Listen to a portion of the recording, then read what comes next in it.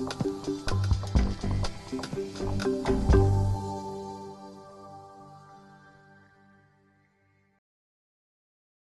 name is Bill Page. I chair the British Council for Offices Research Committee. For those that you don't know, BCO is an industry group that is all about establishing best practice in office space throughout the UK. We do that for all stakeholders in the office industry, from the developers and the architects through to the occupiers, but we're probably best known as being the voice for the office providers. By that I mean the developers, the architects and the investors.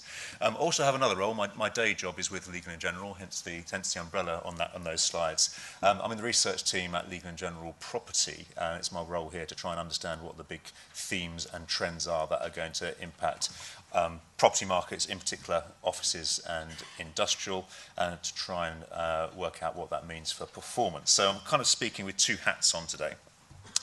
Concerning healthy workplaces, and with my BCO hat on, the BCO has identified this as a key theme to invest more money into understanding over the next 12 months.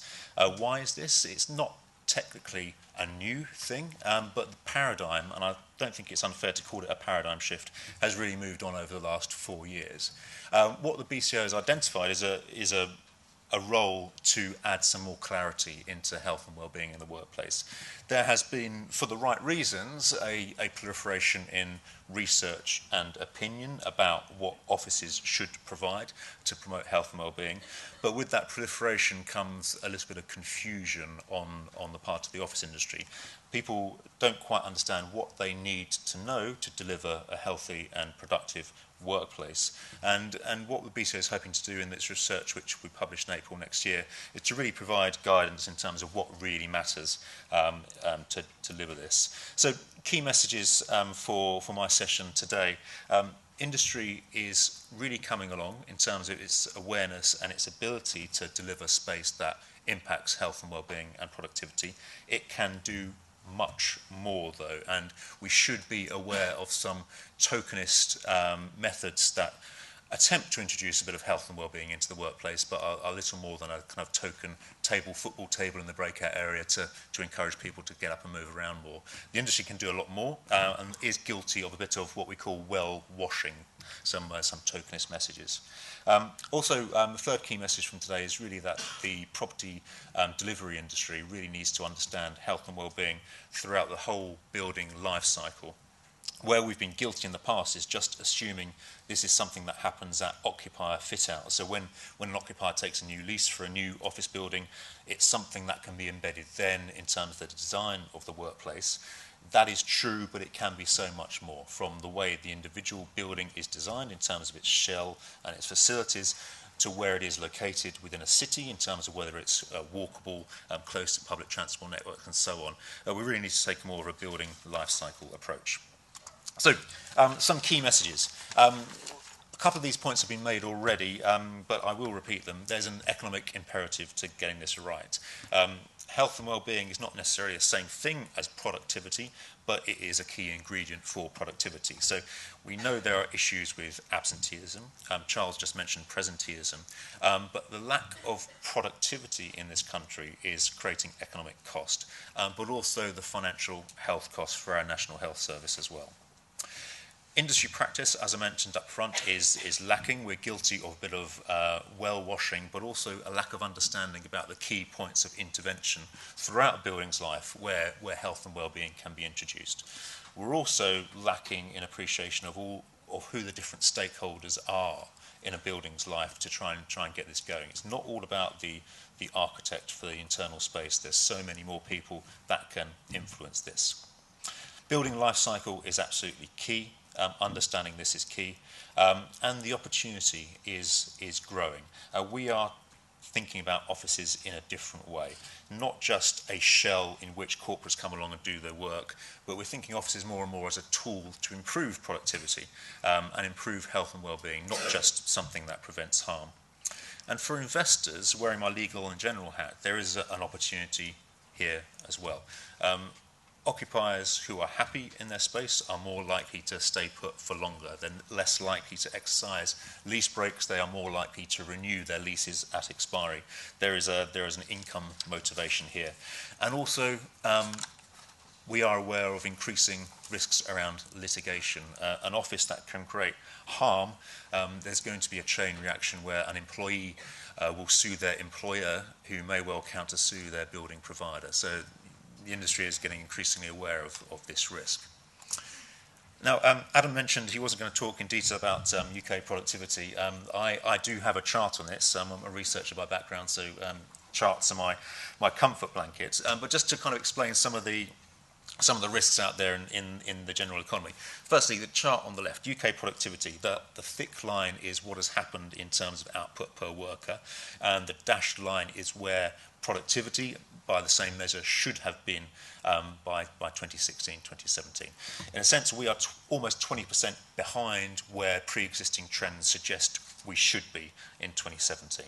That's the biggest gap of the G7 economies. So something is going wrong in the UK that has its explanation outside of just pure global financial crisis. I'm tempted to say the gap there was something to do with the shift to pure open plan working, but there's more to it than that. But the office and health and well-being does have a role to play in bridging that gap. Second chart is days of absence. Firstly, the good news, that has come down quite a lot over the last 10 years, but almost 140 working days have been lost due to absence over the last year. If you take an average wage, that's the equivalent in cost to the UK of about £15 billion. So even though it's getting better, there's still a lot more to do. Presenteeism is not captured in that chart, so people coming into work when they are not at their best, whether that's mentally or physically, is another key issue that's estimated as adding another £100 billion worth of economic cost to that issue. Now, productivity within this is very important. I think it was a Bupa survey that said 60% of workers said they will be more productive if they were happy and well. And that productivity issue is a key issue. Again, based on average wages, a 1% drop in productivity across the economy would add up to about £80 billion. So these are big numbers. And then when you look at the reasons behind these days of absence, and this is all available online through the ONS, a lot of them are influenced by the workplace. So musculoskeletal issues, about 22% of all days absence. Minor illnesses, the coughs and colds, about a quarter of all absenteeism was due to coughs and colds. Stress, depression, anxiety, another 11%. And even things like headaches and migraines, 2%. So that's just a selection of the reasons people have been away from work. But I would say behind all of those major reasons, there is a role for offices to play in making those a little better. So before we go on in any great detail, just to clarify a few points about health and well-being, what we mean certainly in the office provision industry about health and well-being is the improvement of physical and mental well-being via the physical environment. It's not just about preventing harm anymore, and that's important. In practice, there are things within the working environment that are unequivocal and can be measured, such as temperature. The right temperature can make people feel comfortable and make them work better. You can measure that with a thermometer and compare it to guidelines, that's all fine. But if you ask someone whether they feel warm or cold, they may have a different answer. So there's a perceptual issue as well as the unequivocal measurement that we need to get our heads around. The industry also talks about health and well-being and productivity as one thing, and I'm probably guilty of that already today. But really, health and well-being drives productivity. It's a key ingredient. But there are other things that influence productivity as well. As Charles mentioned in his presentation, you can't design away a bad boss. There's also some blurring between sustainability and health and well-being in the industry. This is for the right reasons. I think many of the driving forces behind elevating health and well-being in real estate have come from the sustainability experts, and there are some key crossovers in the skill sets. For instance, an efficient air conditioning system that will reduce energy bills and be better for the environment may also be an air conditioning system that chucks out the right amount of fresh air into space to make people feel healthier and more productive. But I see them as distinct disciplines, and lumping them all together, which some people are guilty of, can be unhelpful. So, a couple of reasons about why this has become so important. First thing to say is, of course, health and well-being, productivity is not necessarily new. We saw the example from Port Sunlight, but things like asbestosis, things like sick building syndrome were known issues as far back in the 1970s. So health and well-being and offices is not necessarily a new issue per se, but it has grown a lot in recent years. Why is this? One of the reasons is a fundamental increase in the amount of people that work in offices. So that graph on the left-hand side shows the proportion of the entire UK workforce that is office-based. So about 11 million people out of a workforce of 30 million odd who work in offices. We define that as people that are in banking, finance, insurance, professional services, information and communications, public sector, and so on. So about 30% plus of the workforce is in offices. That's grown by 5 million people over the last 40 years, 82% growth rate. So still not necessarily the majority of the overall workforce in offices, but a very vocal and increasing proportion. It's a marked shift share in the economy. So in that sense, we are more exposed to harm than we have been before by the office environment. Also, just to show you the issues around air quality are not new issues. There's a quote there from Bichat from 1800. I won't read it out, but basically recognising that poor air quality affects the human's ability to think and perform at its best cognitively. So these aren't new, but the real estate industry is really proliferating in its understanding of this recently. One reason why this is our awareness and ability to measure things that impact our health. So there's been a useful crossover from sport and fitness into the workplace. We can now use our phones, we can use other gadgets to understand how good the air quality is, how hot or how cold it is, what your nutritional intake is, even to things like posture, the Lumo lift, and even mental health. The Neurosky Mindwave is one example of something that is being developed that people can use to monitor their mental well-being during a day. You do have to wear quite an intrusive headset to make it work, but as technology moves on, measurement will move on with it. So there's a crossover here. Employees are becoming more aware about the things that do them good and the things that do them harm. We're also moving on, as we've heard earlier, in the relative normalisation of mental health issues, which is undoubtedly a positive. We can obviously do more, but that is helping. So what do office workers think? This is some research that the BCO did last year about asking what workers want from their workplace. And this question is whether people think their office workplace is good or bad for their physical and mental health. So if you're over towards the 10 here, you think the environment is doing you good. If you're down to the 0 or 1, the environment is doing you harm. There are some positives here in terms of the numbers of respondents that think the environment is good for them, but with apologies, I'll deal with the negatives here. 60% of the 1,500 people surveyed in this research basically said that the office either does them harm or makes no difference. And when you're trying to provide good quality workplace, making no difference is deemed as quite a bad thing.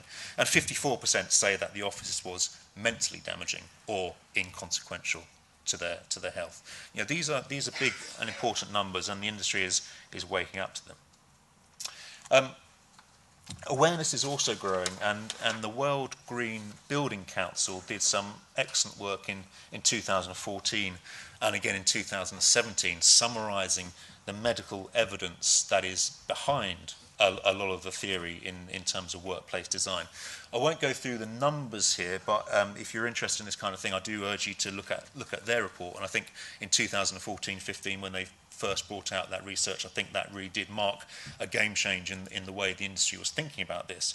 But they look at things like ventilation and air quality, thermal comfort, daylight, noise, active design, how easy are stairs to find within a workplace, biophilia, and also the amenities and location of office space. And they've assigned medical evidence behind each one of those to try and prove that there's something really tangible influencing these things. Going on to where there are some flaws in the industry, though, as I said at the start, we are getting better in our appreciation of health and well-being in the office. There's more awareness, there's more measurement, and there's more certification, which is good. But there are many flaws. So I mentioned well washing at the start. That's a bit of tokenism to something in the office fit out. That's like a table football table. It's a bit of filtered water here and there. We can view that as quite cynically. There are also many claims based on insufficient evidence. So we're all guilty of this, trying to find a story and trying to find some evidence that fits it. But in scientific parlance, a lot of that research has insufficient numbers behind that. Not many people surveyed, not many things measured. It's also lacking in peer review in many cases. A good example of that, it might sound a bit specific for today, but volatile organic compounds in paint has been a big issue. But when you look at the facts, there is an argument, and that's been identified by our researchers for the BCO work, there is an argument that this has been inflated, if you like, by the paint manufacturers themselves. So a few years ago, EU regulations on paint meant it had to be safer to protect waterways throughout Europe, so well-meaning. But in order to embed the marketing for this change, a lot of the paint companies were emphasising that their new paint was lower in VOCs to make people think more about buying it and make their product look a bit better. It was a bit like Listerine 100 years ago, which was originally a floor cleaner, but then they marketed it as a mouthwash by suggesting that halitosis was a bigger issue than it once was. So be careful about scientific evidence and claims around scientific evidence. And certification, it's important, it's well-meaning, it's good to have, but there is a risk of over-certification in our offices, so office industry. So the three logos down there are three bodies that will issue certification about this kind of thing. The most well-known one is the International Wellbuilding Institute, who are doing great work in all this. But certification comes with risks as well. It creates a bit of a box-ticking culture where people do what they have to do, but don't necessarily think holistically about why they're doing it and about who they're trying to help. The well-building standard as well. It is a good standard, but it also does have some issues about excluding some buildings. So you have to have preconditions to even get your listing. So if you don't have those preconditions, you can't be certified, and there's a big swathe of office buildings that can't be measured as a consequence. So getting on to, sorry, I think I missed a slide there. Getting on to the BCO's approach. We are undertaking a building life cycle approach. As I mentioned at the start, this is fundamentally important to understand where the points of intervention are in the office supply industry. It's not all about what happens at the occupier's fit out when they take new space. So here's just a schematic explaining how complex the life cycle is. It goes from site acquisition, the parcel of land you are buying, all the way through fit out and occupation, to what happens when you want to sell the building, to what happens when it gets knocked down and created into a new building. At each point in that building life cycle, there are decisions to be made that will influence health and well-being. Just an example, site acquisition. So where is the land? Is it positioned where you can get good quality natural light? Is it positioned where you can enjoy fresh air ventilation, for instance? That all matters. Probably the most important still is the occupation, not necessarily at fit out, but the biggest part of a building life cycle is during occupation. That's 95% of a building's life. It's 90% of its investment return as well. So understanding how an occupier and its landlord interact to make sure that their building is providing the right environment for health and well-being is increasingly key. This don't pay too much attention to the lines here. These are deliberately meant to be confusing and just to illustrate how interrelated the office supply industry is. But just some examples of the key stakeholders within the provision of offices. They all interrelate. Understanding how each of these stakeholders can also embed health and well-being is absolutely key. And the huge, vast supply chain that the office industry has also needs to embed this. So there's a lot of education and integration still to be done. So BCO's approach. Firstly, what we're trying to do with our research, which will be released in April next year, is move beyond certification and move beyond that box-ticking exercise. So enable people to have informed choices about what really matters from the point of view of each stakeholder. I think if when you start removing the industry from box ticking, you can really make some progress. Second thing we're trying to do is identify the gaps and the strengths of the medical evidence that are behind many of these health and well-being claims. Some are irrefutable, others are more suspect, albeit well-meaning. So the industry really needs to understand which is which.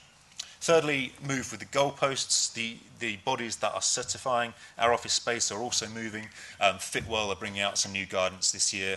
The Well Building Institute are bringing out a new set of guidance in Q1 next year. The industry and the BCO especially needs to move with this and also keep up to date with the best practice and case studies out there, of which there is an increasing volume. And also acknowledge the limitations of physical real estate. Now, I'm biased, the industry is biased because real estate is what we do, but it isn't the be-all and end-all in embedding health and well-being. The organisation culture is equally important, and as I said earlier, you can't design away a bad boss. Some final thoughts before I finish. Dismantling the circle of blame. This was a phrase used when sustainability as an issue in real estate really started accelerating 10 or 15 years ago. This is, to give you a flavour, this is a schematic where you have occupiers saying, well, we'd like to occupy sustainable offices, but we can't find any. Contractors were saying, we would like to build them, but no one's commissioning them.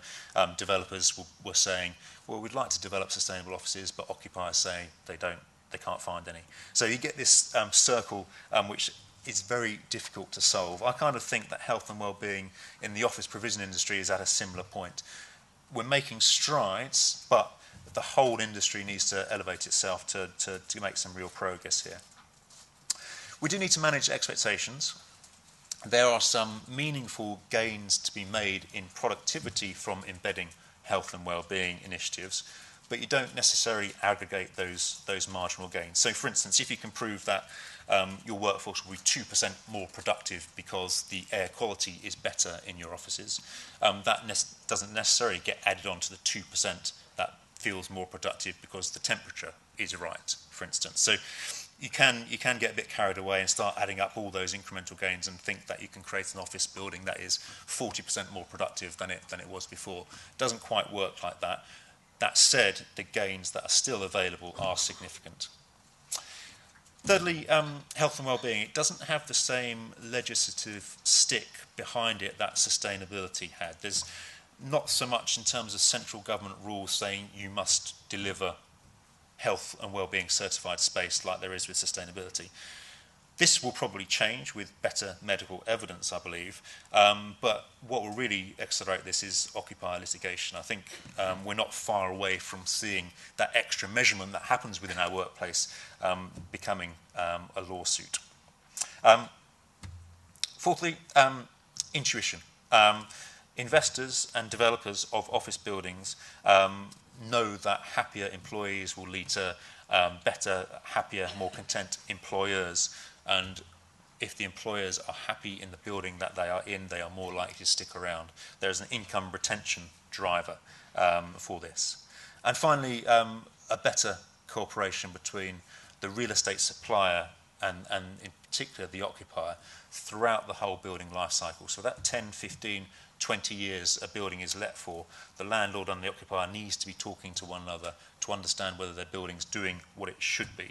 That's not really happening at the moment, and there's a lot of gaps in that conversation, and all stakeholders can benefit from improving that. you.